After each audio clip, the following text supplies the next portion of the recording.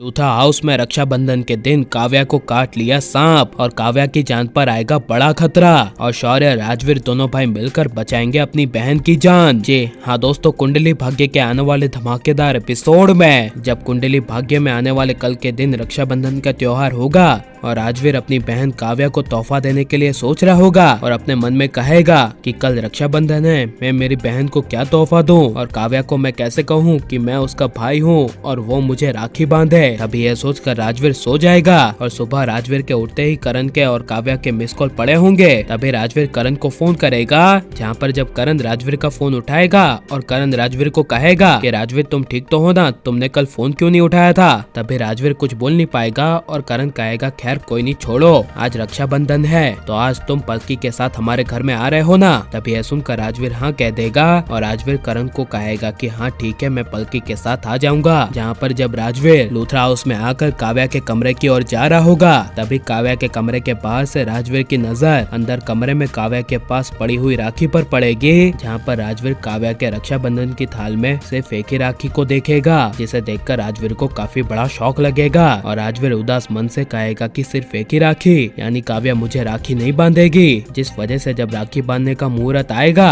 और घर के सभी लोग एक साथ इकट्ठा होंगे और करीना बुआ सबसे पहले अपने भाई यानी करण के पापा महेश सूत्रा को राखी बांधेगी, तभी उसके बाद एक एक करके कृतिका अपने भाई करण और ऋषभ को राखी बांधेगी और तभी उसके बाद जब काव्या की बारी आएगी और काव्या पूजा की थाल में एक साथ शौर्य और राजवीर को राखी बांधने के लिए खड़ी होगी, जहाँ पर सबसे पहले काव्या शौर्य को राखी बांधने के लिए जाएगी और पूजा की थाल सोफे पर साइड पर रखेगी, जहाँ से काव्या अपनी पूजा की थाल में से एक राखी उठाएगी और शौर्य को बांधने के लिए जा रही होगी। तभी काव्या की राखी नीचे गिर जाएगी, जहाँ पर काव्या नीचे गिरी हुई राखी को ढूंढेगी और सोफे के नीचे हाथ डालेगी। तभी सोफे के नीचे से अचानक से सांप निकलेगा और काव्या के हाथ में सांप काट लेगा, जिसे देखकर काव्या जोर से चिल्लाएगी सांप। तभी यह सुनकर शौर्य राजवीर पूरे परिवार को काफी बड़ा शौक लगेगा, जहाँ पर जब काव्या के हाथ में सांप के डसने की वजह से राजवीर की नजर काव्या के हाथ में काटे हुए सांप पर जाएगी और राजवीर काव्या को बचाने के लिए काटे हुए सांप के निशान से सांप का जहर काव्या के हाथों से चूस कर बाहर निकाल कर फेंकेगा और शौर्य भी काव्या का जोर से हाथ पकड़ेगा और राजवीर को गुस्से से कहेगा कि राजवीर स्टूपिड, तू ये क्या करा है, इस तरह मेरी बहन को छूने की तेरी हिम्मत कैसे हुई। तभी राजवीर कहेगा